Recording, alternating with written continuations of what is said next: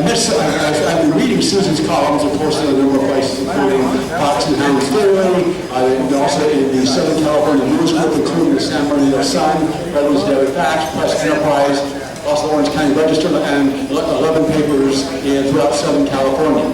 So then I actually met her at the EIP, Election Integrity Project meeting a couple months back, and she taken her time to come and support that cause, and she kindly agreed to come and speak to our group. So she is the author of a book, How Trump Won, and Mark of the Year and Change. You can read her columns in all those newspapers on her own website, SusanShelley.com. So I think we have a great presentation here. We had it on the radio last week. So with that, no further ado, Susan Shelley.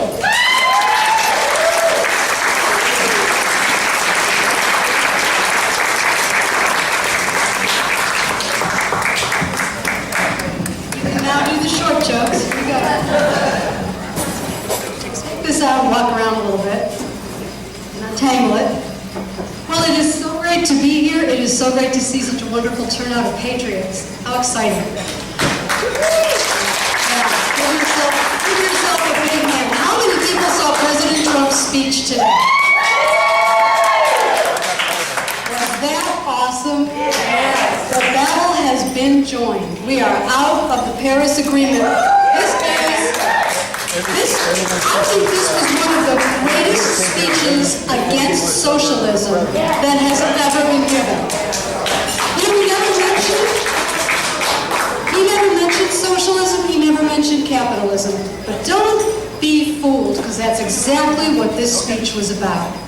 You know, if you're a socialist and you believe that the right moral thing to do is to take money from these people and give it to those people, and the government decides which people get to be on which side, if you believe that's moral, then Donald Trump is not your friend.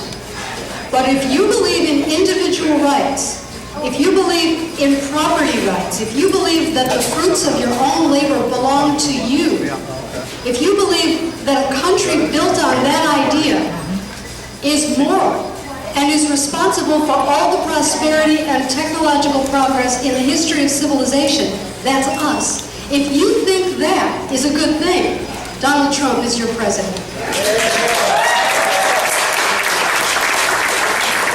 And we're lucky to have him, because that was one awesome speech. He talked about the money that the socialists want to take out of our country and give to other countries when the government decides how much it should be. This Green Climate Fund, to which $100 billion a year has been pledged around the world. But of course, we're the only ones who are paying anything, and we've paid about $1 billion for this. And it's nonsense. He said no one even knows where the money is going. I know where some of the money is going. Flaming dung in cook stoves, mixed with your tax dollars. People cook on this. The Clean Cook Stove Project is something that America has pledged about $300 million to over a period of years, and this is supposed to offset carbon dioxide emissions somewhere in the United States. This is like a sin tax for success, this climate fund. And Trump has just put a stop to it. He just looked at that and said, we're not doing this. I have some numbers for you on how many jobs it was going to cost. 2.7 million lost jobs in the United States by 2025. Just because the money was coming out of our country and we were going to withhold the ability to develop our own energy and run our own engines and grow in this country, we were going to hold back with an artificial restriction on our economic activity, and that was going to benefit everybody else in the world. Well, that's not going to happen under this president. He called it a self-inflicted economic wound. And it is a self-inflicted economic wound. But if you're a socialist and you want to move the money from here to there, you have to find a reason to do it. You either have to do it by force, which is what taxes amount to, or if you're not going to do it by force, you have to come up with a really good reason for people to feel guilty enough to do it voluntarily. And that's where the climate thing comes in. You know, in the 1980s, the people who were pushing for solar energy said we had to have solar energy because of nuclear war, because there might be a nuclear explosion and it might knock out our transmission lines and we need local energy. And now they've given up on the idea that we have to have solar energy for nuclear war. Now we have to have solar energy because of the climate. But the thing about the climate is that none of these policies will have any effect on it. This is the problem. If a politician stood in front of you and said, "Give me all your money, and I will stop the climate from changing," would you do it? In California, we are doing it. We are doing it. And guess what? We have a 20.6% poverty rate. We have made electricity in California 30% more expensive than the rest of the country. Why? Because we're leading on climate. We're leading on climate. All of California is only 1% of carbon dioxide emissions. So even if you accept that climate change is happening and it's catastrophic and it's all our fault, nothing we're doing will change the global climate. This is what a report said to the state senate. They're considering yet another bill to try and restrict driving, which is another way of restricting housing construction, which is another reason that the housing is so expensive in California, because they're restricting where they're going to build it. And the more they restrict it, the higher the price goes.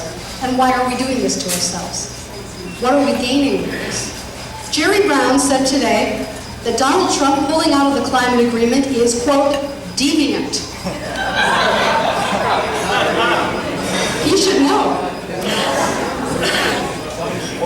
It sounds deplorable. You're absolutely right, Greg. So how's it going in California? The governor put out his May revision on the budget. So with our cap and trade and everything we're doing to make driving more expensive and everything we're doing to make gasoline more expensive, everything we're doing to make electricity and water more expensive, how's it going? The budget that he put together has a revenue shortfall from what they thought it would be last June. A couple of $1 billion. Why does it have a revenue shortfall? Turns out that sales tax revenue has disappointed. The projections were that people would be making more purchases in California, and for some reason, they're not. So you dig into that a little bit and you say, well, why are they not making purchases? And it turns out that wages are lower than projected. It turns out they thought 50% or more of the job growth in California would be in high-wage jobs, and all those people would be paying income taxes and buying things. And that's not what happened.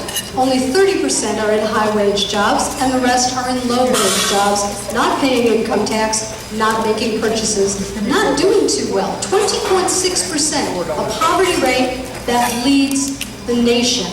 Why are we doing this to ourselves? It's like a mad laboratory in California of climate policy. And Donald Trump has said, we're out of the Paris Agreement. He's taken the climate change nonsense off the White House website. He's taking that out of the EPA's charter, out of NASA's charter. But I have bad news for you. The governor and the mayor of the city of Los Angeles have decided we're going to abide by the Paris Agreement anyway. I'm not sure what this means. I think it might mean that they're going to come to your house, take all your money, and send it to a third world country. Because Donald Trump won't do that for them anymore. So I'm not sure exactly what they're going to be abiding by. But it's not going well in California. Do you know that one third of the state is now on Medi-Cal, which is the safety net health program for low-income and disabled Californians. 1/3 of the state, almost 14 million people. It's completely unsustainable. There's no money in the budget to pay for it. They're counting on the Trump administration and Congress to give California the money to keep paying for that. And in the healthcare reform that they're looking at, that may not happen. And then what happens to California's budget? Well, as the governor put it, nobody has any idea. And yet, today, the state senate passed single-payer universal health care for California. And right in the bill, it says we have no idea how we're going to pay for this. We have no idea. We're going to let the assembly figure that out. Heaven help us now. So when the assembly figures out how they're going to pay for it, and by the way, the price tag, the net price tag, is $200 billion, which is more than the annual budget of California. When they figure out how they're going to pay for that, they'll send it back to the Senate, and then with a 2/3 vote, we would have single-payer universal health care and whatever taxes they decide to assess to pay for that. Welcome to California. I'm not sure that California isn't seceding already, because Donald Trump is going to have the whole country working and better And we're going to be here driving manufacturing out of the state, driving businesses out of the state, driving everything out of the state. We have a phony balanced budget in California. A phony balanced budget. They didn't tell us for years, while they said we had a balanced budget, that there was a $100 billion backlog of repairs needed for bridges, roads, and freeways. They didn't tell us that. Until this year when they decided, all right, we have 1 week, we have to raise the gas tax. 1 week is all we're going to give this discussion, and we have to do it. And they did it. They passed an increase of 12 cents, actually more than 12 cents, in the gas tax. They raised the gas tax for diesel fuel, which will raise the price of everything in California. And I had the opportunity to be on a conference call with the governor and with the finance director about this tax increase, because I'm on the editorial board of the San Bernardino Sun and the other papers in the group, and so we were on a conference call. And I asked the governor, it was really a great privilege to be able to ask the question directly, aren't you worried that this is going to hit people very hard when the poverty rate in California is already 20.6%, leading the nation? You know what he said? Poverty is not a problem in California. If poverty was a problem in California, the state would have gone for Trump. But people feel pretty good, so they voted for Hillary.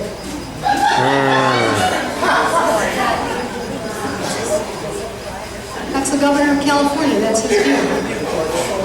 It's not really going very well. So one of the things that's destroying business in California is the fact that everybody knows it's a phony balanced budget, and everybody knows they're going to have to raise the taxes to pay for all this stuff they're doing. So what are the proposals that they're talking about? There's a proposal, we've already done the gas tax, we've got that one. There's a new proposal for a sales tax on services. There's a proposal, SB 231, you should call your assembly representative about this, Senate Bill 231. This would allow huge stormwater projects to be built, and the cost could be added to your property tax bill without a vote of the people. The way they would do it, the right to vote on taxes, which passed in 1996, says that you have to vote on local taxes, assessments, and fees, unless it's for household water, trash pickup, or sewer service. They can raise that without going to the people for a vote. Senator Bob Hertzberg wants to amend the law. He wants to change the definition of sewer, just redefine it to include stormwater.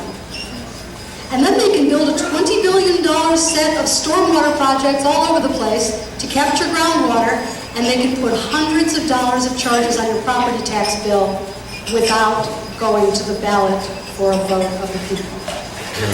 Senate Bill 231 is already passed the Senate.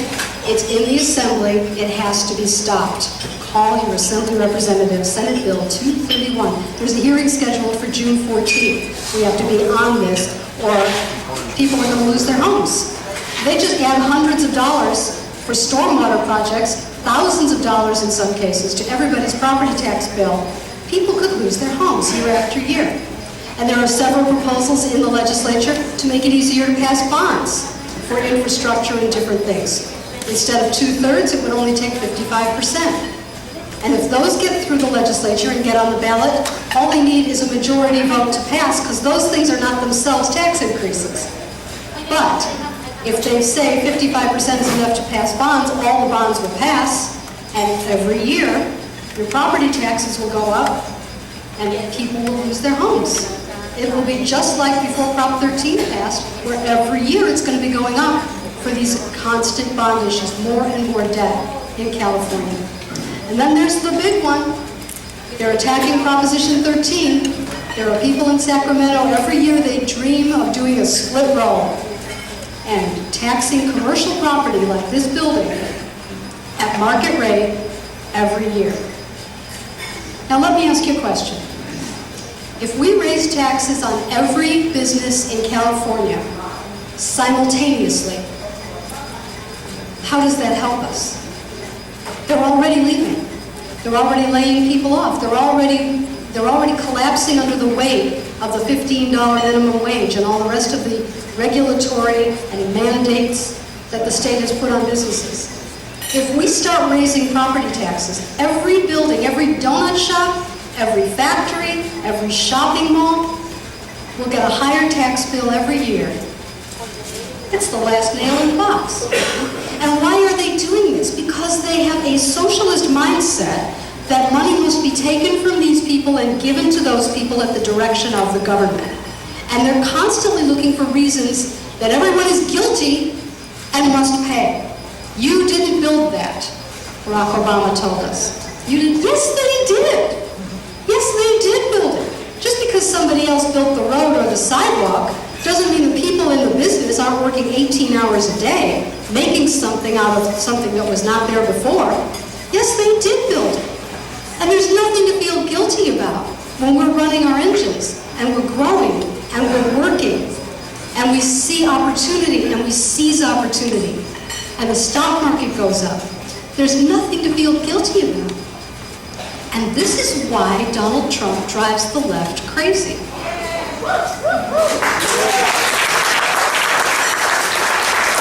If there's one thing we know about a billionaire with his own plane and a gilded penthouse, it's that he doesn't feel guilty about the Industrial Revolution. So he's out there asserting American sovereignty and America's right to grow.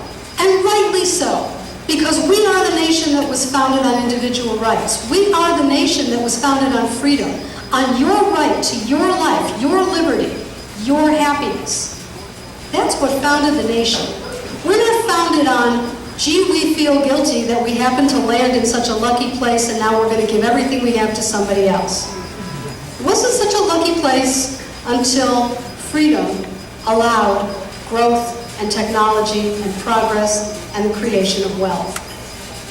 Every country in the world could be Venezuela with those philosophies, or it could be the United States and growing. And we should be proud of who we are, proud of what we've brought to this planet, proud of our efforts, proud of our country, proud of our president. We should be proud Americans, not guilty Americans, not constantly paying ransom to the rest of the world for an imagined crime centuries ago.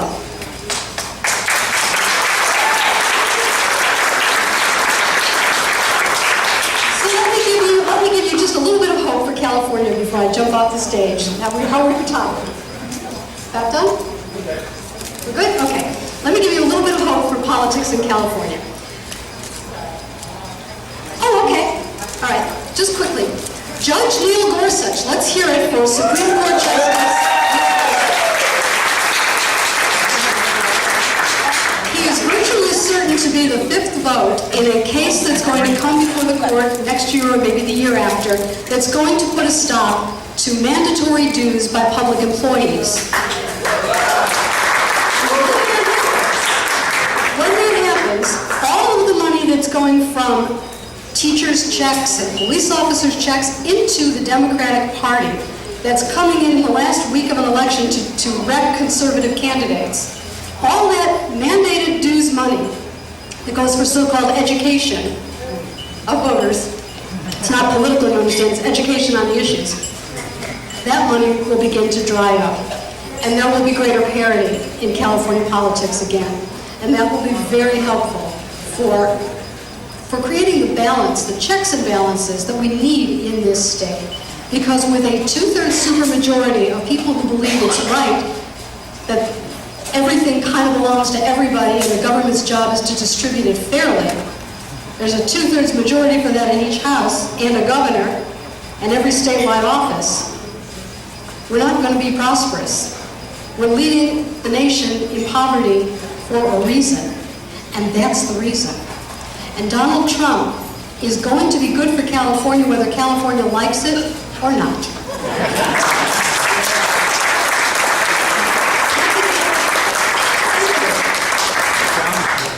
Also, I have some clipboards that I think are circulating around. If you want to be on my mailing list, I email out my columns every week, so you can read them, or you can read them on the San Bernardino Sun or Riverside Press Enterprise or Redlands Facts websites. And have the book, and I'm happy to take questions. I'll start with the first question. Okay. I read many columns, some years included, by conservative Republicans saying, pointing out the deficiencies in California, as you've done here, higher energy prices, highest cost of living adjusted poverty rate. and trying to explain to the Democrats, see these bad effects, you guys should really change your policies. And of course they don't. Now, my view of it is, you can agree or disagree, is if the Democrats wanted different results, they would adopt different policies. But they are happy with it. They like these results. Yes. They like the results because it's all about being in control of something. It's all about being in control of someone else's productive enterprise. You take a person like Hillary Clinton, for example, who has never really held a real job where she's productive and creating something of value. Among other problems. She can be in charge of people who can build an ExxonMobil, who can build a farm, who can build a car, who can build a steel mill. She can order them not to do this or to do that or to go there or to go there. She can take control of the banking industry and say, I think you should be making loans over here and not over there. It's control. These are mediocre people who want to be in control. And socialism, collectivism, liberal welfare state policies, it's all the same sort of thing on the continuum. The idea that people don't have the right to their own life and the fruits of their own labor, that they owe it to everyone else. People who hold the collectivist view like to be in charge. So you're right. They like these results. And of course, when there's a big crisis, when there's a big problem, they can terrify everyone into agreeing to things that they would never agree to under normal circumstances. And that is why they like to have the problems and not the solutions. Donald Trump wants the solutions. He's going to put a stop to this game. He's undermining the foundation of everything that keeps those people in power. He's undermining what they consider their moral premise, that it's moral for them to take money from here and give it to there. If you have a question, come on down. Your first question right here. We can save a lot of money by derailing that high-speed train. Yeah, what is it? The bullet train. How about that bullet train? We agreed to build a train from San Francisco to Los Angeles and back. And guess where it's going to go? San Jose to Wasco. Has anybody ever heard of Wasco? Yeah. Wasco is north of Shafter. That's really the name of the town. That's not what they're trying to do to California. It's really... Wasco is north of Shafter, and Shafter is north of Bakersfield. And they don't have enough money to get from San Jose to Bakersfield. So they've only got enough money to get to Wasco. So that's the first phase of the bullet train. And this is where it really gets good. The governor's wizards with numbers, the same people who projected that sales tax revenue would be good and income would be good, they're wrong about this too. They've got some complicated projection system that says 3 to 4 million people a year are going to ride the train from San Jose to Wasco. So it won't need a public subsidy, it's perfectly solvent. Because 3.5 million people are going to go from San Jose to Wasco and back. Not even if the Rolling Stones were playing there. But they have 3.5 million people going from San Jose to Wasco. The bullet train. What a complete boondoggle that is.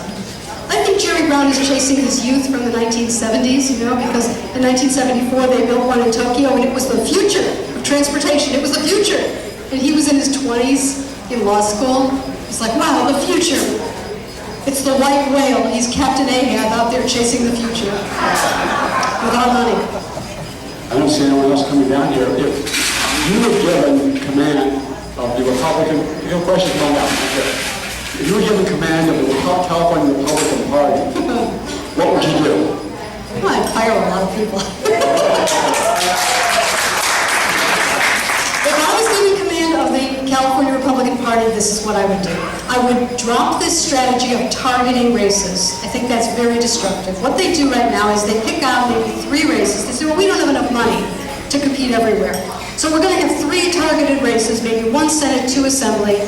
We're not going to do any of the statewide races. We're not going to run a candidate for the U.S. Senate. We're not going to put any money in.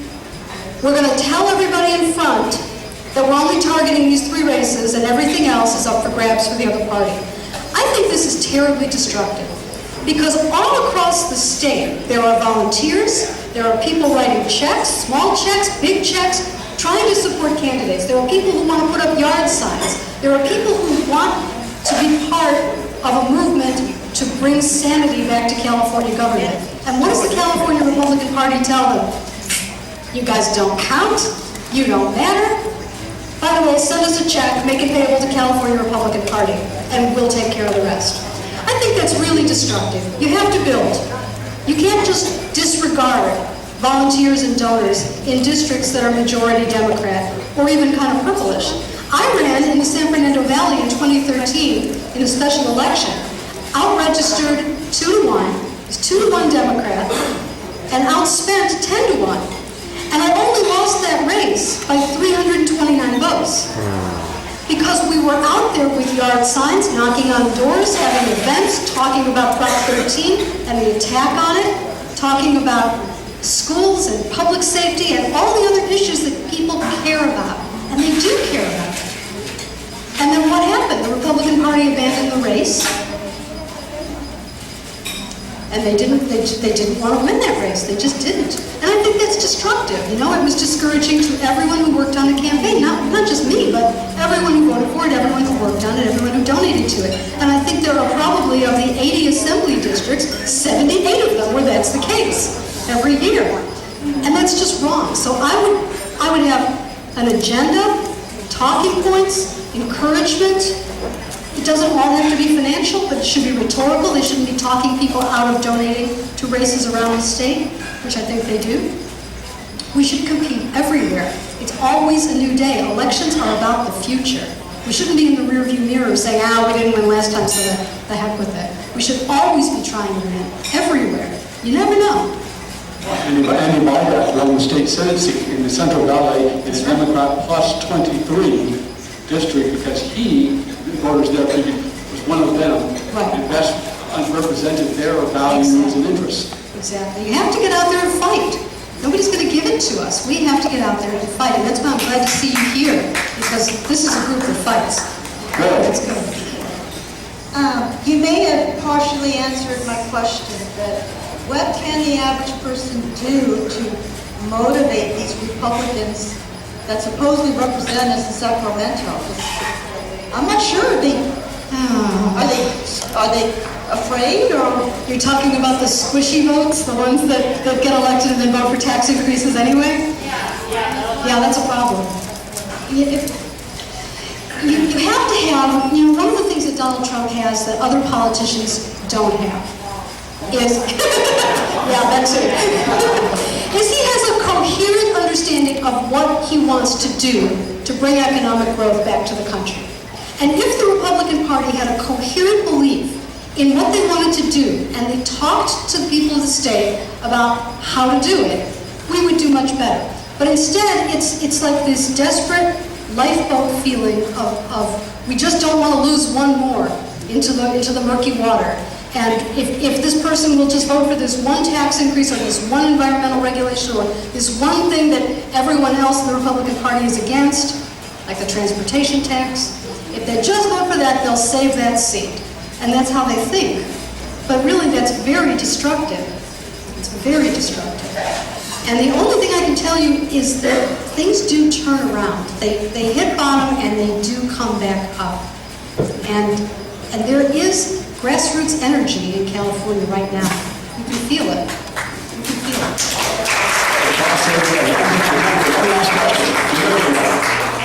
Oh, I hate that. Yesterday I was trying to find out information about our poverty rate and our economy because some liberal was, sending me that nasty little note. And I couldn't find anything, so I'm wondering where to get your information and how can I get the true facts, because I couldn't find it on the internet. And then just a comment when you're talking about our lawmakers, is why do we have so many Republicans running for the governor or senator? Isn't there a way that we can limit that? There's not a legal way to limit it. It's got a name. It's called like a sub rosa primary or something like that, where the party's not allowed to put a thumb on the scale and force people out or bribe them out. That's not legal. Everybody in politics is an independent contractor in a sense. I think this is all the result of the 1970s post-Watergate campaign finance reform law. Because there was a time when the parties controlled the money and the parties put tons of money into the candidates, and if you didn't have the party's backing, you really couldn't run because you weren't going to have any money. But then campaign finance reform came in, it put limits on everything, and every candidate became like an independent salesman having to go out and get that check for the maximum amount or the small amounts. And this is when politics began to turn so nasty, because nobody's going to open a fundraising envelope if what's stamped on the front is, reasonable people can differ. You're not going to open it. What are you going to open? You're going to say, they're coming for your guns, they're going to take your this, you're going to take your that. That's the kind of thing that gets people upset, and the more you get people upset, the more they think, I better write a check and stop this from happening, and that's how politics turned the way it is now. When it used to be, prior to like 1973, it was more collegial, and there were large checks that people could write to support candidates. I'm not saying it was in an inappropriate way, but if someone like Steve Forbes wanted to support a candidate today, he really couldn't do it. He would have to run himself, the way Trump ran. Because if Trump wanted to put his money into a candidate, it wouldn't be legal for him to spend that much. It's only legal if you do it for yourself, and that's because of the First Amendment, that they can't stop people from speaking with their own resources. And really, all of campaign finance reform is like that. It's created this situation where if 10 people want to run for the U.S. Senate and none of them are good candidates, there's no mechanism for the party to stop that. Just like there was no mechanism for the party to stop Donald Trump as much as they wanted to. They couldn't do it because they don't control anything. So that's kind of the answer to your question. There's no way to stop too many candidates, but there is a way to encourage the best candidate. If you get in there and you talk to all of them and you decide which one you want to support, just old-fashioned shoe leather, and get out there and tell people, this is the candidate we're going to support because this is the right one. If there is a right one, if you support one. What about the... Where could you get more reliable more reliable information? Poverty rate. It kind of depends on what you're looking for. If you're looking for stuff about the California budget, on the state's website, there's a huge amount of information. You can find stuff, legislature.ca.gov, or leginfo, I think it is, leginfo.legislature.ca.gov, has all the bills that are being proposed. And let me tell you where to find the interesting stuff in there. When you open up the page for this, and I'll send you the link so you can send it to everybody, there's all these tabs. You can find the text of the bill, you can find the status of the bill, you can find the history. What you want is the bill analysis. And when you click on that, you'll see a series of PDF files that are written to explain what the law is going to do in plain English for the lawmakers who are going to vote on it. That's the best place to get information.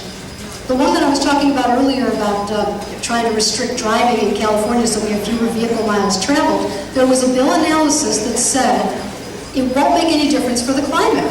This was the state Senate's analysis. It won't make any difference for the climate because California is only 1% of global emissions.